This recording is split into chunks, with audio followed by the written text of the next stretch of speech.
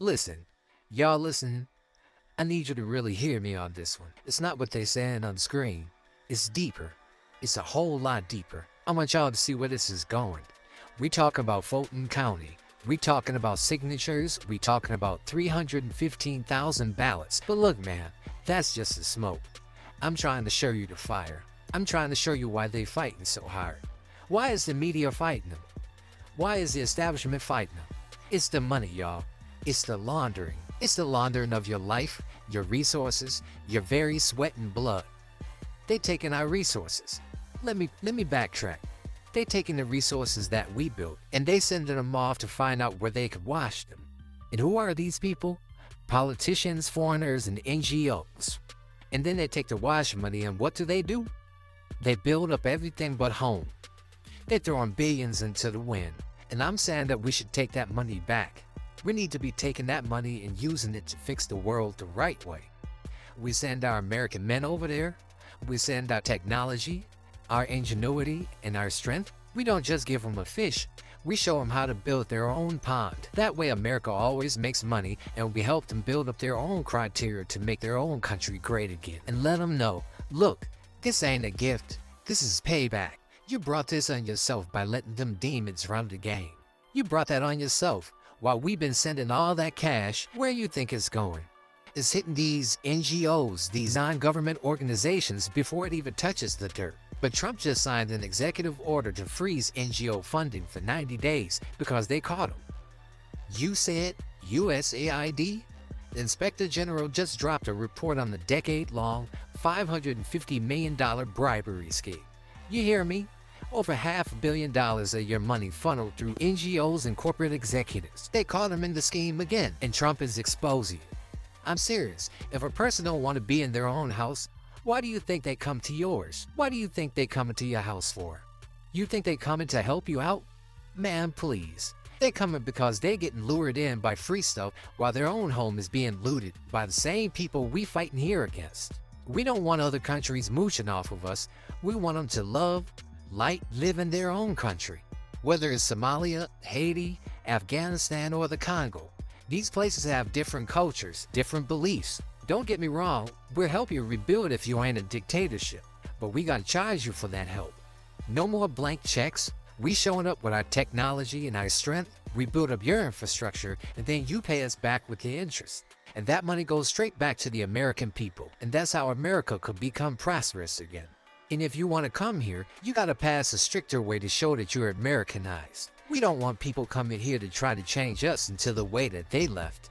If you want to change America, then stay in your own country. And look at our leadership. We need to legislate that nobody from a foreign country can touch a political office until they've been here for at least 15 years, speak the language fluently, and prove they actually contributed to this society. No more leeching. No more using our system to destroy us from the inside while they don't even know our culture. Let me talk for a minute. Just let me talk. We out here paying Congress like they the masters. No, man. Congress needs a maximum wage. They're our servants. Don't let them flip the game on you. Unlike these two, Kari Lake and Mark Fincham out in Arizona, who've been fighting since 2020, they facing the opposition of evil thoughts every day, while the other politicians who they're fighting against live in luxury, posing for the camera and acting like they thinking like us. Well, guess what? They're not. Look at the machine they use to do it. There's a guy named Parikh. I don't know if I'm pronouncing his name right, but he stood up in court and said that he can hack these machines in 2.5 minutes. He wanted to show how to manipulate the statistical data, but they stopped him. Why? Because the vendor said it's proprietary. They use the word proprietary to hide the fraud. You think you know this in your head? That's just memory. But if you know it in your heart, you got it there forever. See, the brain is like a computer, just a waiting stone. It's dumb as a rock until you give it instructions. But we as humans, y'all, gifted by the divine and a collection of good thoughts, but the system only recognizes itself through the mental. They want to keep you in your head so they can steal from your heart. And that's the truth. Now let's get to the real receipts. Look at Fulton County. Those 315,000 votes, those are the people's property. But on December 20th, 2025, the truth really hit the fan. The state election board just referred Fulton County to the Attorney General for a massive $670,000 fine. You know why? Because 134 unsigned tabulator tapes. They didn't have the receipts, and here's the kicker. This is the part they don't want you to hear. The Fulton chairman, Rob Pitts, just came out and said it will cost $400,000 to produce the records the state is asking for. Wait, let me pause. You mean to tell me that you'd rather pay a $670,000 fine to hide the truth than to pay $400,000 to show the world what really happened? You're literally paying a $250,000 premium just to keep the vaults closed? That ain't a clerical error. That's a cover-up. If you don't have verified, certified receipts, those people in power should be expelled, taken out of office, expelled from Congress. You can't certify a lie and expect to keep your job. And that's why what we call the Pincer move is closing in. Look at the Department of Justice. They just filed a lawsuit against Fulton County and their clerk named She Alexander. They're demanding every used ballot, every single envelope, and every digital form from 2020, and they ain't asking for permission anymore. They're coming in with battering rams of federal law to unseal what's been hidden for 5 years. And don't forget Fani Willis. She was just hauled before the Georgia Senate on December 17, 2025.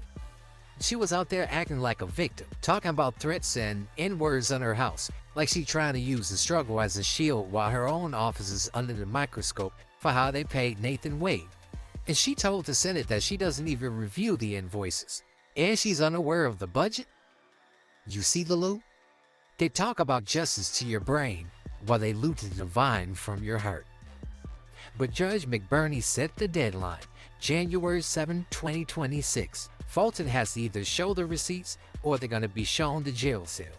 And with Trump signing that penetrating testing requirement and freezing the globalist NGO money, the walls are closing in.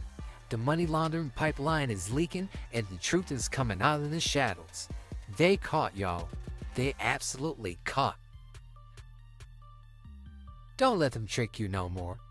Know it in your heart, stay in the truth, hit that like button, share with someone who needs to wake up, and comment, they caught.